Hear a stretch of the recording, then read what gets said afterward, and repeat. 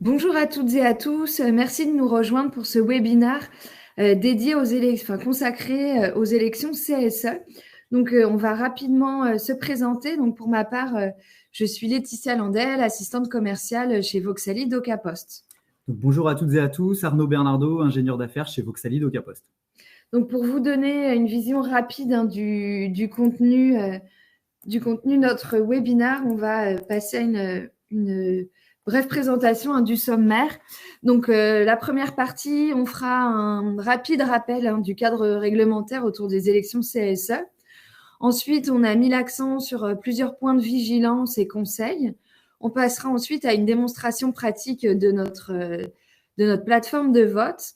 Et on a relevé, parmi les nombreux avantages du vote électronique, quelques-uns d'entre eux. Et à la fin, on passera à une séance de questions-réponses. Donc, n'hésitez pas plutôt à noter vos questions dans le chat de façon à ne pas les oublier d'ici la fin du webinaire. Donc, vous pouvez les noter dans le chat au fur et à mesure et on se fera un plaisir d'y répondre à la fin du webinaire. Donc, Arnaud va vous présenter, comme je vous le disais, le cadre réglementaire autour des élections. Alors effectivement, le vote électronique est très encadré. Donc dans un premier temps, il y a eu donc un décret en 2007 qui a permis le recours aux solutions de vote électronique pour organiser ces élections professionnelles par Internet.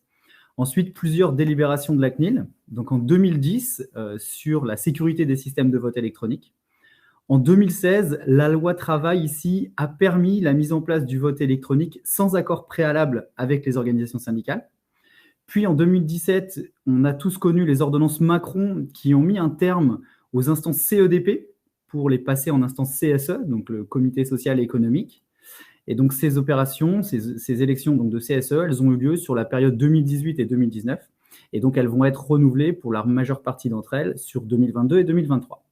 Et enfin, en 2021, il y a eu un arrêt de la Cour de cassation.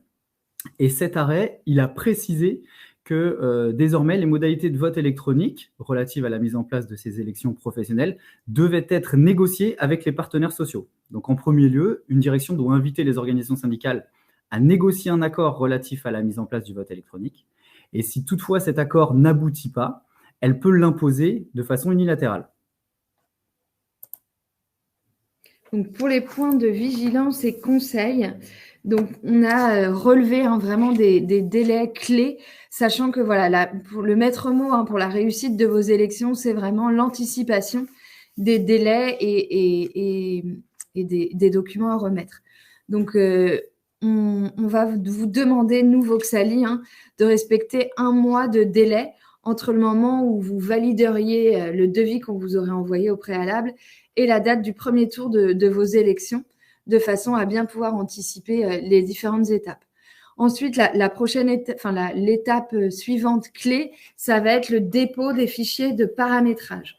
Donc, les fichiers de paramétrage, on vous transmet des modèles. Ça va être la liste électorale, la liste des candidats, la fiche établissement, pour que donc vous avez un modèle que vous avez juste et simplement à compléter et à nous déposer J-10, 10 jours ouvrés avant la date du premier tour, sur une plateforme d'échange sécurisée pour respecter un niveau d'anonymat et de confidentialité, bien sûr, requis sur ce type d'information. Ensuite, on vous demandera de fixer entre J-5 et J-2, toujours avant la date du premier tour, la formation des membres du bureau de vote, puisque les membres du bureau de vote auront des actions à mener sur la partie gestionnaire du site de vote. Donc, tout vous est expliqué par nos soins pour que, justement, les membres du bureau de vote soient prêts pour le jour J. Donc, en tant que prestataire, on va envoyer à l'intégralité des électeurs ce qu'on appelle leur modalité de connexion au site de vote. Donc, en gros, on leur communique l'adresse URL du site de vote, leur identifiant, et on leur confirme, on leur communique les dates de scrutin. Et ensuite, donc, ils se rendent sur le site de vote, ils rentrent leur identifiant, ils ont juste à créer ensuite leur mot de passe en ligne pour ensuite voter pour l'élection qui les concerne, mais on y reviendra un petit peu plus tard. Donc, deux canaux d'envoi possibles pour les modalités de connexion, soit le courrier postal, qui se fera donc en général, c'est plutôt 5 jours ouvrés avant la date du premier tour. Et le deuxième canal, donc le mail, ça se fera 2 jours ouvrés avant la date du premier tour. Donc ici, le premier tour, on vient de décrire toutes les étapes en amont du premier tour. Si il devait y avoir un second tour, ce n'est pas toujours le cas, on vous demande simplement pour le second tour de nous déposer la nouvelle liste de candidats à J-5 avant la date du second tour. Voilà pour les quelques étapes clés des élections CSE avec Voxali, DocaPost. Ensuite, ici, on a affiché plusieurs critères qui sont importants au niveau de la sélection de votre prestataire en matière de vote par voie électronique. Donc, dans un premier temps, vous devez vous assurer que ce dernier respecte bien le cadre juridique. Comme on l'a vu tout à l'heure, vous avez un texte de loi, vous avez différentes recommandations de la CNIL. Donc, il faut s'assurer que ce prestataire respecte l'intégralité de ces aspects juridiques. Ensuite, la solution retenue, elle doit bénéficier d'un haut niveau de sécurité et du bon respect de la confidentialité en matière de vote par voie électronique. C'est un des fondamentaux du principe du vote électronique. La solution, elle doit également être conforme aux différentes recommandations de la CNIL et surtout, dernièrement, à la mise en place du RGPD. Le prestataire que vous allez retenir doit être un expert éprouvé dans les solutions de vote Internet. L'outil mis à disposition de vos salariés doit être simple et intuitif, accessible depuis tout périphérique, donc connecté à Internet. Ça peut être un ordinateur, mais également un smartphone ou une tablette. Et enfin, ce prestataire doit être réactif et bénéficier de délais de mise en place relativement courts pour être justement très réactif par rapport à vos demandes. Donc, avant la démonstration pratique de l'outil, je te laisse, Arnaud, rebalayer les 6 étapes du vote électronique. Très bien. Alors, la première étape, ça va être la rédaction de votre protocole d'accord préélectoral. Comme on le précisait tout à l'heure, ce document, il va régir l'organisation de cette opération. Donc, nous, on vous communique un modèle et par la suite, vous allez rentrer en négociation avec vos partenaires sociaux pour arriver donc à un accord et une signature de ce document.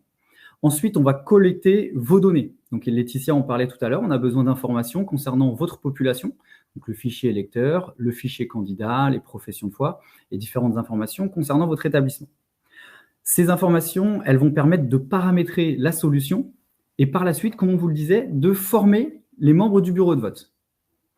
Ensuite, on va communiquer les modalités de connexion auprès de votre population, donc l'intégralité de vos électeurs, par courrier ou par email.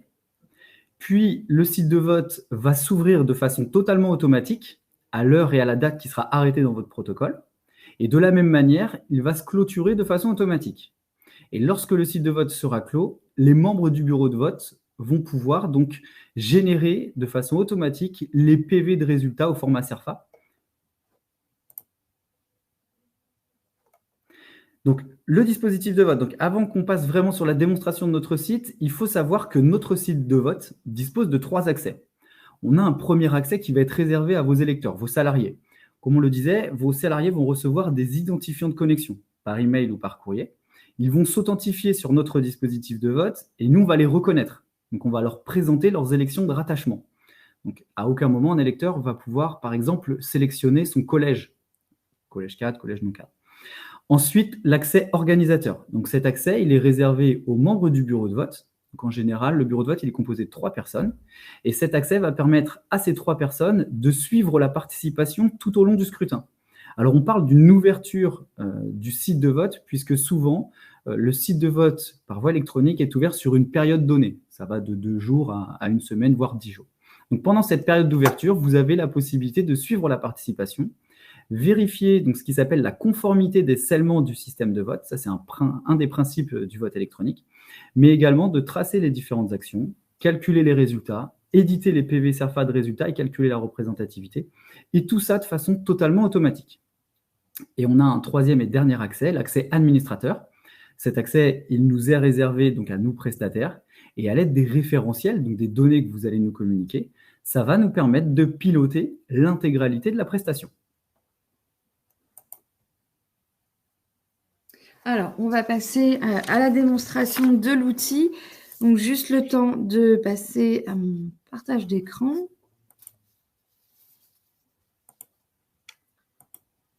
Voilà. Donc, ça devrait logiquement apparaître. Donc, ici, on arrive sur la page d'accueil du site de vote.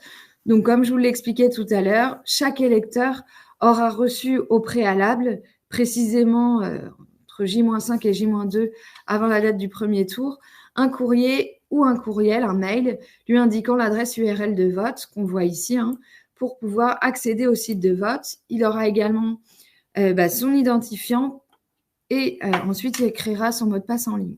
Donc ici, je vais me connecter en conditions réelles. Donc ici, on aura bien sûr le site de vote sera personnalisé avec le logo de votre société de façon à ce que chaque électeur se retrouve en terrain connu, si je puis dire. Donc ici, on va donc renseigner le code d'accès. Hop, juste un instant. Donc, chaque code d'accès, bien entendu, est nominatif. Donc, ici, on a un code de sécurité à renseigner avant chaque connexion. Ce code de sécurité, il permet aussi de bien vérifier que vous n'êtes pas un robot. Donc, je vais renseigner ici. Et j'aurai plus qu'à me connecter par la suite. Juste ici, donc, on voit, le site explique à l'électeur que le site de vote est mis à disposition afin qu'il puisse participer aux élections des représentants du personnel de la société indiquée. Donc, pour accéder à l'espace de vote, on précise bien à l'électeur qu'il doit saisir son code d'accès, comme je vous l'ai montré à l'instant, et ensuite renseigner son code de sécurité. Donc, on lui précise à nouveau que son code d'accès lui a bien été communiqué par mail ou par courrier postal. Ici, vous avez un rappel des dates de scrutin avec la date d'ouverture ainsi que l'heure d'ouverture et même chose pour la fermeture. Ici, vous avez la possibilité pour les électeurs, qui auraient égaré leur code de connexion ou qui ne les auraient pas reçus, ça peut arriver même si c'est rare, de redemander un duplicata d'envoi de code en cliquant juste ici. Donc ici, on leur demande, en fin de compte, on leur précise que par ce biais, ils peuvent demander le renvoi de nouveaux codes, soit par email, soit par SMS. Ils choisissent vraiment le canal de renvoi de leur choix. Donc on va leur demander tout simplement de saisir leur nom, leur prénom, leur date de naissance au format requis, leur code postal d'habitation, de façon à bien vérifier leur identité, et un code de défi qui aura été communiqué et précisé au préalable. Et ensuite, on leur explique bien qu'ils doivent recopier les 4 chiffres du code de sécurité. Donc, c'est le fameux moyen d'authentification de la personne, savoir que ce n'est pas un robot. Donc ici, on vous communique aussi le numéro d'une assistance téléphonique dédiée aux électeurs pour les guider en cas de besoin pour pouvoir s'exprimer. Et ici, on a les fameuses informations personnelles à rentrer pour pouvoir se faire réacheminer de nouveaux codes. Donc, on a juste à valider et ensuite l'électeur reçoit ces nouveaux codes de connexion. Donc, je reviens sur la page d'accueil et ici, de nouveau, on a le fameux numéro d'assistance téléphonique qui est ouverte 24 heures sur 24 pendant le scrutin. Donc ici, je vais renseigner de nouveau mon identifiant.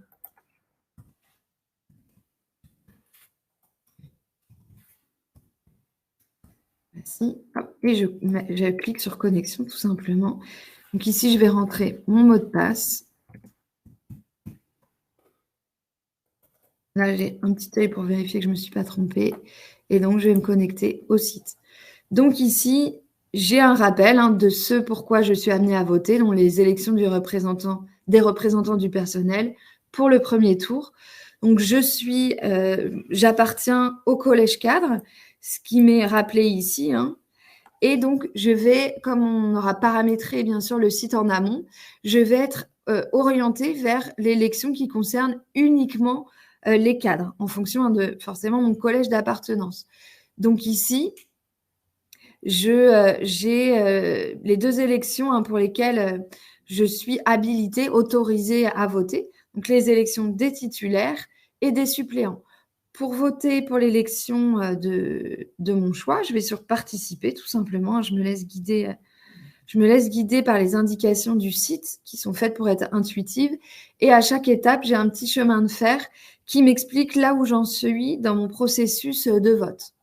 Donc là, je vais voter pour les titulaires de mon collège d'appartenance, donc le collège cadre. Je clique sur participer. Et ici, je vais avoir toutes les listes des organisations syndicales qui se présentent donc aux élections et pour lesquelles je peux voter. Donc, pour chaque organisation syndicale, on va avoir le logo, la possibilité de consulter les professions de foi, donc en allant tout simplement sur consulter les professions de foi. Là, elle s'affiche à l'écran et ici, donc j'ai vraiment tous les éléments qui concernent l'organisation syndicale. Ils insèrent vraiment et ils communiquent vraiment de façon totalement libre sur leur profession de foi, qui peuvent donc être consultés à tout moment par les électeurs. Donc ici, on voit que j'ai deux possibilités, soit de voter pour la liste complète, soit de choisir des candidats. Et donc, si je clique ici sur l'organisation syndicale, j'ai les différents candidats qui se présentent. Ça me laisse le temps de bien consulter toutes les informations. Hop. Et si je veux choisir des candidats, eh bien, je vais... on va prendre celle-ci, par exemple. On va aller sur « Suite ». Et ici, je vois, quand je passe ma souris sur les différents noms, ils apparaissent en surbrillance et je vais avoir la possibilité de rayer, ou pas d'ailleurs, certains noms. Je clique ensuite sur « Suite ». Je renseigne mon code de défi, toujours pour avoir un niveau de sécurité optimal. Et ensuite, je vais cliquer sur « Je vote ». Donc, si je change d'avis, j'ai la possibilité également de revenir en arrière avec l'onglet « Retour ». Et je peux, par exemple, me dire, bon, finalement, je n'ai pas envie de rayer ce nom, je vote pour la liste complète.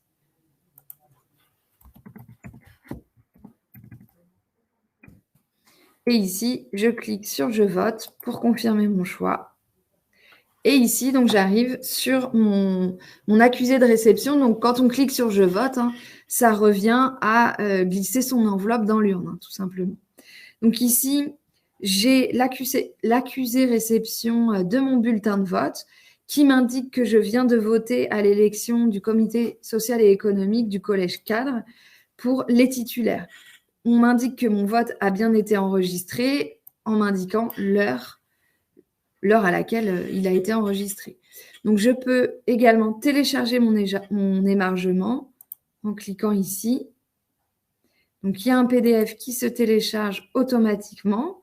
Et ici, j'ai la preuve de mon vote, ce qui reviendrait à signer la liste d'émargement. Donc ici, j'ai mon code identifiant en tant qu'électeur. On m'explique que j'ai bien voté pour l'élection comité social et économique du collège cadre, que mon vote a bien été, et pour les titulaires aussi, excusez-moi, que mon vote a bien été enregistré par Internet le mardi, 5 avril 2022 à 11h18, heure de Paris. Donc, vous voyez, c'est très précis.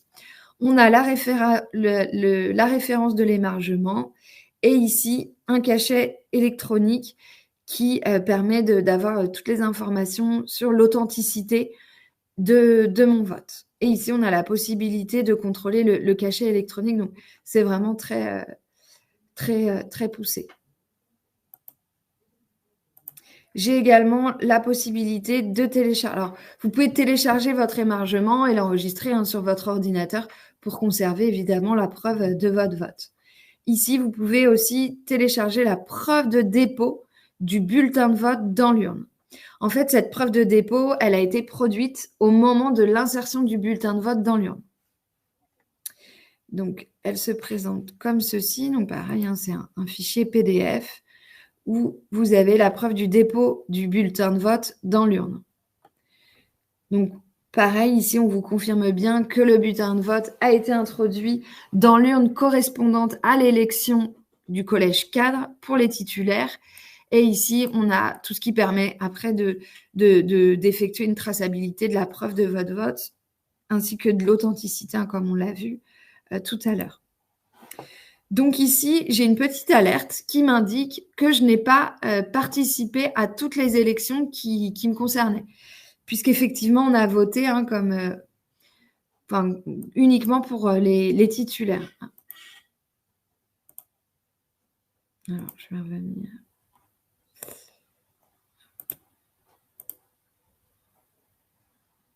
Alors, attendez, je vais me reconnecter, j'ai été déconnectée.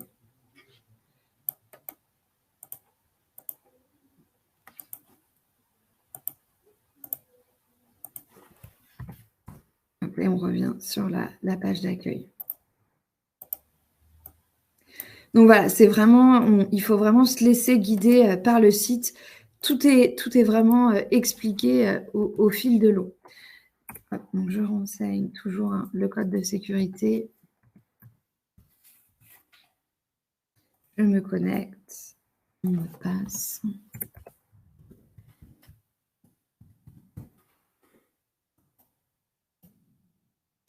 Et donc ici, je vais voter sur toujours sur le collège card, pardon, mais côté suppléant, pour bien m'exprimer hein, sur tous les sièges à pourvoir. Donc ça se présente hein, de la même façon que tout à l'heure. J'ai juste pas précisé, vous avez la possibilité également de voter blanc par le biais du site Voxali. Donc ici, je confirme mon choix de vote en renseignant mon code de défi, comme tout à l'heure. Je vote, donc je dépose mon bulletin dans l'urne, avec toujours cette possibilité hein, de télécharger mon émargement, ma preuve de dépôt du bulletin de vote dans l'urne. Et ici, voilà, j'ai toujours la possibilité de voter puisqu'on est sur un site de démonstration, donc les votes ne sont pas enregistrés. Hein, mais le jour J, quand vous avez voté à toutes les élections, eh bien, le site vous en informe. Juste un petit point de précision pour les électeurs, hein, vraiment pour vous montrer qu'on est vraiment dans une optique pour les aider et que ce soit le plus simple possible. Il y a aussi une assistance en ligne en cliquant simplement sur le point d'interrogation juste ici. Et vous avez en fin de compte une aide en ligne où ici, en fin de compte, on va vous expliquer les 2 étapes essentielles du vote électronique où on vous explique les différentes étapes. Donc là, la première étape vous présente là où les élections auxquelles vous êtes inscrites en fonction du paramétrage hein, qui a été fait et de votre collège d'appartenance. La seconde étape, comme on l'a vu, elle vous propose là où les listes des candidats avec cette possibilité très importante hein, de pouvoir consulter les professions de foi, de prendre le temps de les consulter et de s'en imprégner pour faire son choix de vote en connaissance de cause. Donc, elles sont toutes téléchargeables au format PDF, c'est ce qui vous est expliqué ici. Et ensuite, on a bien un écran du choix des candidats qui présente les différents candidats et la liste retenue et qui permet, comme on l'a vu, de rayer certains noms ou pas d'ailleurs, si on le souhaite. Vous pouvez toujours, tant que vous n'avez pas cliqué sur « Je vote », changer d'avis et revenir sur « Retour » pour revenir sur votre décision tout simplement. Et ici, donc, on vous explique l'étape du vote pour exprimer son choix de manière définitive. Donc, l'écran vote, il présente notre choix. Et comme je vous le disais, vous pouvez soit le modifier en cliquant sur le bouton « Retour » ou le confirmer en cliquant définitivement sur le bouton « Je vote ». Et donc, en cliquant sur le bouton « Je vote », là, on confirme définitivement et fermement son choix et on ne peut pas le modifier par la suite de la même façon que vous ne pouvez pas récupérer une enveloppe que vous avez glissée dans l'urne. C'est vraiment le même principe. Donc, comme on l'a vu, et là, on le réexplique vraiment aux électeurs, suite au vote, il y a un accusé de réception qui est présenté, qui indique la date, l'heure et la référence de votre émargement que vous pouvez conserver et ressortir à tout moment à votre. Je vous invite fortement à conserver une copie de cet accusé de réception en l'enregistrant sur votre ordinateur ou en l'imprimant éventuellement. Et on vous dit aussi que si vous n'êtes pas la seule personne à utiliser l'ordinateur, si vous votez, par exemple, dans une espèce de coworking ou autre, on vous explique de bien penser à quitter le navigateur. Donc voilà pour le site. Je pense qu'on a parcouru pas mal d'éléments. Donc, alors, je vais revenir à notre...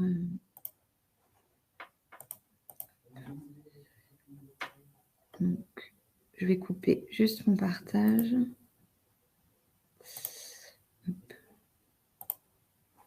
Et donc ici, on revient donc sur nos slides, juste le temps de la retrouver.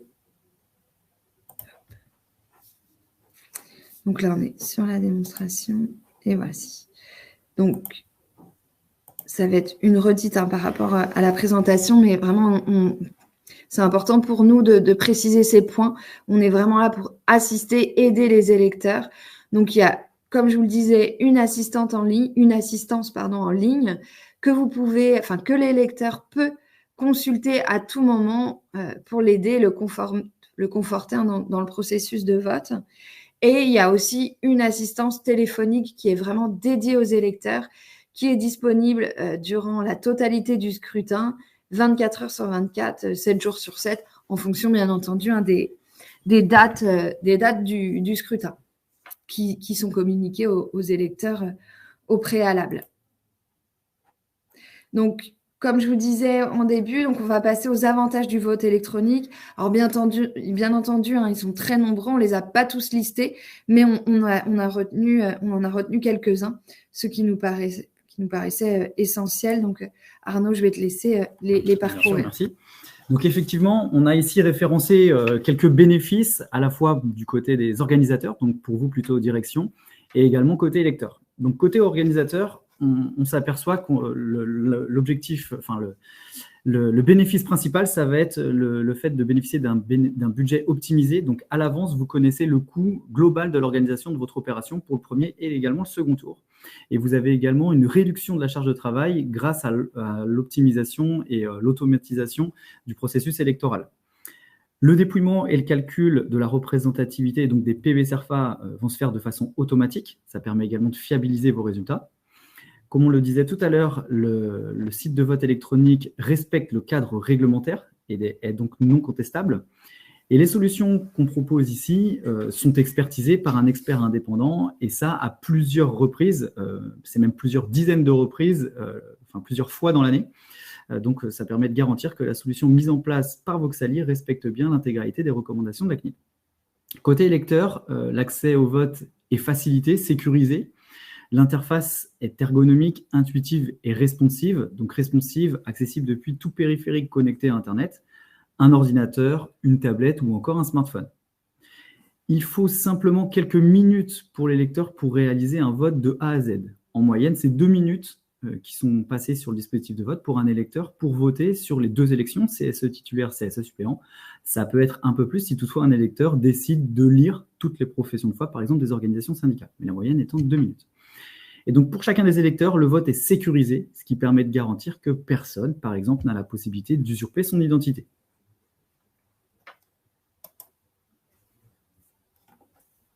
Alors, notre outil, l'outil de vote électronique CSE de Voxali DocaPost, donc il présente de nombreux avantages, notamment un tarif attractif, puisque c'est un tarif vraiment global.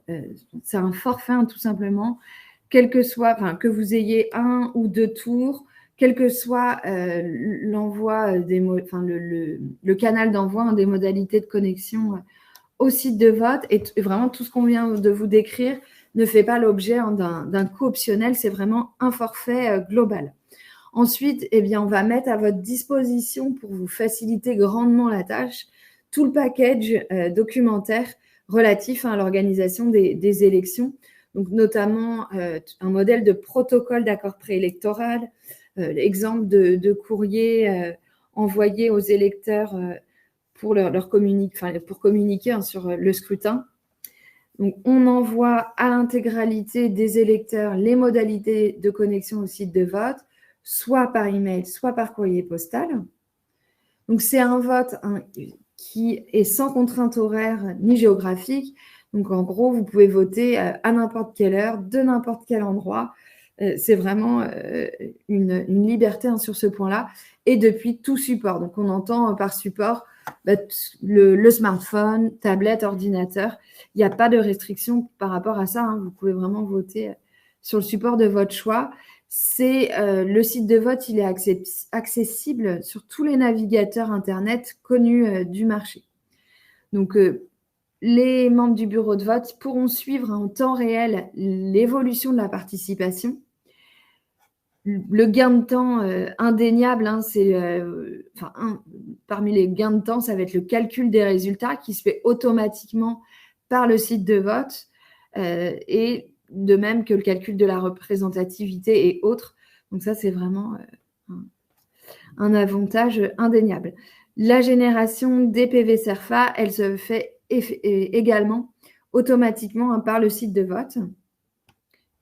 Et ensuite, tous les documents nécessaires à la clôture du scrutin, elles pourront être édités automatiquement depuis le site de vote. Alors, comme on vous le disait tout à l'heure, plutôt au début de la présentation, Voxali a une très grosse expérience dans l'organisation des élections professionnelles CSE et effectivement, depuis la mise en place de ces instances CSE, notamment en 2019, nous avons une très bonne expérience. En 2019, pour information, ce sont plus de 1500 opérations qui ont été organisées par Voxali sur un peu plus d'1 700 000 électeurs, tout en sachant que les entreprises concernées par ces opérations, en tout cas pour les opérations Voxali, elles concernaient entre 11 et 164 000 salariés, avec une répartition donc à hauteur de 62% de PME et 38% d'ETI et GE. La répartition géographique, donc, elle concerne toute la France, des sociétés réparties sur tout le territoire national. Donc, pour aller plus loin et vraiment vous perfectionner et devenir des experts sur les élections CSE, depuis notre site internet, vous avez la possibilité de découvrir une série de 10 épisodes de podcasts qu'on a récemment enregistrés pour bien expliquer le process du vote électronique pour les élections CSE. Donc, n'hésitez pas à aller les consulter pour avoir le maximum d'informations possible. On a également mis en place un livre blanc qui est très bien fait, qui vous permet de découvrir ou de redécouvrir les élections CSE en 10 étapes. Donc, vous pouvez télécharger gratuitement et à tout moment ce livre blanc qui est disponible sur notre site internet. Donc, comme je vous disais, on va répondre à vos différentes questions on va pouvoir consulter par le biais du chat. De toute façon, sachez que vous pouvez nous contacter au numéro qui s'affiche à l'écran. Allez directement sur notre site internet pour télécharger le formulaire de contact auquel on répond assez vite. Donc, n'hésitez pas à passer par ce biais. Et de toute façon, le PDF du webinar est téléchargeable à l'issue du webinar. Donc, pour les questions, je vais les parcourir. Je vois qu'il y en a un certain nombre. Alors, j'ai une question de Cécile K qui nous demande si on est obligé de définir des dates de scrutin éloignées. Alors, pas forcément, mais il faut respecter les délais, les délais impartis par la loi. La seule chose, c'est que les dates de scrutin, il faut bien respecter un délai maximum de 15 jours entre les deux tours. Et après, il faut vérifier vos dates, la date de vos derniers mandats, etc. Mais bon, des dates de scrutin éloignées, c'est vraiment se référer au code électoral et ce délai de 15 jours maximum entre les deux tours. Et alors, si je peux me permettre, entre les 15 jours, ce sont bien l'écart qu'il y a entre les deux ouvertures et les deux clôtures, par exemple. Tout à fait. Donc ensuite, j'ai une question de Georges qui me dit qu'il est noté sur la page d'accueil que l'assistance téléphonique est disponible. Oui, effectivement. C'est une plateforme de démonstration. Donc là, sur le type d'offre de prestation qu'on vous a proposé, on parle bien d'une assistance 7 jours sur 7, 24 heures sur 24, pendant les dates définies du scrutin, bien sûr. C'est bien, je vois que vous avez bien suivi. Ensuite, donc, on a une nouvelle question de Cécile. Est-ce qu'on peut faire apparaître le poste occupé par le candidat? Alors, sur le principe, non, on essaye d'être le plus... c'est vraiment des informations relatives à son appartenance à une organisation syndicale, de façon à rester quand même assez neutre. Et après, je ne sais pas si vous faisiez référence à celui de l'électeur, mais non, c'est pas précisé. On reste vraiment sur, comme pour tout prestataire d'ailleurs, sur des informations basiques pour ne pas être confusant. Donc, non, c'est juste le collège d'appartenance qui est précisé. Ensuite, j'ai une autre question. Lorsqu'une entreprise doit organiser le renouvellement des élections et que la date de fin du premier tour tombe un jour férié, lundi de Pentecôte par exemple, pouvons-nous ajouter un jour supplémentaire au scrutin? Si oui, est-ce que cela repousse automatiquement le deuxième tour d'un jour supplémentaire, ou pouvons-nous réduire les jours de scrutin pour être dans les délais des fins de mandat? Alors, il faut savoir que les dates de scrutin, elles sont définies bien en amont de l'élection. On ne peut pas dire en plein scrutin, non, on rajoute un jour, puisque de toute façon, les dates de scrutin, la plupart du temps, elles sont indiquées dans le protocole d'accord préélectoral auquel on ne doit pas déroger et auquel on doit être fidèle. Donc, par exemple, les jours fériés notamment, ils sont bien anticipés en amont, de façon à laisser une plage horaire aux électeurs qui soit la plus appropriée possible. Donc, en général, on évite effectivement de clôturer le scrutin un jour férié. De toute façon, les dates de scrutin, je précise ce point, elles sont aucunement indéfinies par le prestataire. C'est vraiment votre entreprise, en accord avec les représentants du personnel, qui décide des dates et de la durée du scrutin. Et la préconisation sur l'ouverture du scrutin, c'est de veiller à ce que l'ouverture, comme la clôture d'ailleurs, soit des jours et des heures qui sont facilement, pour lesquels en tout cas les électeurs et les membres du bureau de vote puissent facilement se connecter pour valider différentes étapes qui sont importantes en matière de vote par voie électronique. Donc plutôt du lundi au vendredi, de 9h à 18h par exemple. Ensuite, donc on a une autre question, le nombre de jours minimum et maximum pour un scrutin. Donc, ça revient à ce que je vous disais un petit peu tout à l'heure, c'est vraiment l'entreprise avec les représentants du personnel qui décide de la durée. Après, c'est vrai que nous, Voxali, on préconise minimum 2 jours d'ouverture du scrutin, de façon à bien laisser le temps aux électeurs de pouvoir s'exprimer dans les meilleures conditions possibles. Donc, une question de Cécile K. Est-ce que vous avez une présentation que l'on peut utiliser pour présentation aux membres du CSE du système? Alors, pour avoir des informations complémentaires, notamment une présentation, je vous invite à nous contacter au numéro qui s'affiche et à remplir le formulaire de contact pour qu'on puisse vous recontacter et éventuellement, effectivement, proposer une présentation de l'outil aux membres du CSE ou la documentation nécessaire pour que vous puissiez faire cette présentation. Mais on vous le transmettra au cas par cas pour avoir le plaisir d'échanger avec vous. Et en plus de ça, on va vous envoyer un email de remerciement au sein duquel on va faire figurer un lien qui va vous permettre de visualiser une vidéo de démonstration qui va reprendre tout ce qu'on vous a présenté aujourd'hui. Ensuite, donc j'ai une question de Elodie, Elodie L. Est-ce que nous avons un interlocuteur unique pour nous assister à l'organisation des élections? Oui, tout à fait. C'est vraiment un principe de base chez Voxali, c'est que vous ayez, dans la mesure du possible, bien sûr, un interlocuteur unique de façon à ne pas complexifier les échanges et que ce soit centralisé au niveau d'une seule personne.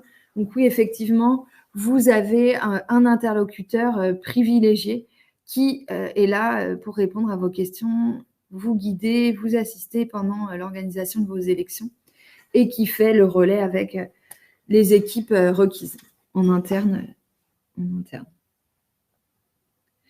Donc, autre question, est-ce qu'il est possible d'avoir un bureau de vote, merci, centralisateur et des bureaux de vote locaux? Alors, Après, c'est un petit peu au cas par cas, mais pour cette prestation plutôt orientée sur les entreprises de moins de 500 salariés, on va être sur un bureau de vote centralisateur, comme l'autorise le vote électronique pour simplifier les choses. Après, ce qu'on propose, c'est de prendre des membres du bureau de vote de chaque collège, par exemple, de façon à ce que chaque salarié, chaque électeur se sente représenté. Après, c'est une suggestion. Alors, chaque collège ou chaque établissement, pour que vous ayez une représentation, voilà. Donc, autre question d'Élodie. Est-il possible de bénéficier d'une présence physique de l'interlocuteur Voxali pour la formation des membres du bureau de vote et le jour du dépouillement? Alors ça, c'est pareil, ce sera vraiment au cas par cas. Donc, ça, c'est pareil, on verra. Il faudra nous consulter par rapport à ça. La seule chose, c'est qu'on vous transmet, ce qu'il faut retenir, c'est qu'on vous transmet tous les éléments, tous les outils pour que ce soit le plus simple possible. Et bien sûr, évidemment, en cas de difficulté, on est toujours là en support. Donc, une question d'Hervé. Lors de l'ouverture du vote, les membres du bureau de vote ont-ils une intervention à réaliser? Alors, on va dire que le gros du travail se fait automatiquement par le site, mais effectivement, ils ont quelques vérifications à effectuer quelques minutes avant l'ouverture du site. Mais ça, c'est pareil, tout est expliqué via nos différents supports. Ensuite, j'ai une autre question. Est-ce que l'envoi des codes aux salariés peut être couplé mail plus courrier? Par principe, de façon à être, encore une fois, pas trop confusant, on va privilégier un canal d'envoi et pas deux. Comment se déroule, je vais un petit peu vite parce qu'il ne nous reste plus beaucoup de temps, comment se déroulent les signatures des CERFA? Écoutez, aujourd'hui, ils doivent les signer toujours manuellement. Après, ça, on peut, s'ils ne sont pas réunis, leur transmettre par voie postale, etc. Il y a pas mal d'alternatives possibles. Donc, j'ai une question d'Ophélie. Doit-on demander l'avis du CSE en place pour la mise en place du vote à distance? Alors, c'est toujours mieux de privilégier le dialogue social. Après, il y a la possibilité de faire une décision unilatérale de l'employeur. Mais voilà, ça, c'est propre à chaque structure. Alors, sachant qu'effectivement, désormais, comme on l'a rappelé tout à l'heure, dorénavant, depuis 2021, il faut que vous invitiez les organisations syndicales à négocier un accord relatif à la mise en place du vote électronique. Et si toutefois cet accord n'aboutit pas, vous avez la possibilité, donc vous, direction, d'imposer le vote électronique. Mais en amont, il faut bien inviter les organisations syndicales à négocier. Alors, j'ai une autre question de Eric. Comment l'entreprise a-t-elle accès aux listes d'émargement? Donc, à l'issue du scrutin, comme on vous disait, tous les documents nécessaires nécessaires à la clôture du scrutin sont, vous pouvez les éditer, les imprimer, depuis le site de vote. Alors, une question de Georges. Est-ce qu'un dispositif de secours est susceptible de prendre le relais en cas de panne du système? Donc, chez Voxali, il n'y a jamais de panne. Non, mais alors après, oui, bien entendu, tous les systèmes de sécurité, de duplicata d'hébergement sont mis en place. Donc, il y aura toujours des alternatives en cas de difficulté. Mais je le répète, ce qui arrive très, très, très, très, très rarement. Est-il possibilité de combiner du vote électronique ou du vote physique? Donc, on fait référence, Lauriane ici fait référence au vote par correspondance. Donc, sur ce type de prestation, on va être sur du 100% vote électronique, mais encore une fois, on fait des choses au cas par cas. Et vraiment, notre objectif, c'est de s'adapter aux besoins et au contexte de chacun de nos clients. Donc, c'est vraiment, n'hésitez pas à nous contacter. Donc, du coup, si vous avez d'autres questions, n'hésitez pas, comme je vous l'ai dit, à télécharger le formulaire de contact ou de nous contacter à un numéro qui s'affiche. Vous allez pouvoir télécharger à l'issue du webinaire le PDF avec toutes les informations et vous aurez nos coordonnées pour nous contacter. Et il y a également une démonstration qui sera disponible via un PDF qui vous sera transmis à l'issue de votre participation. Donc, merci à toutes et à tous pour votre participation. Merci à toutes et à tous.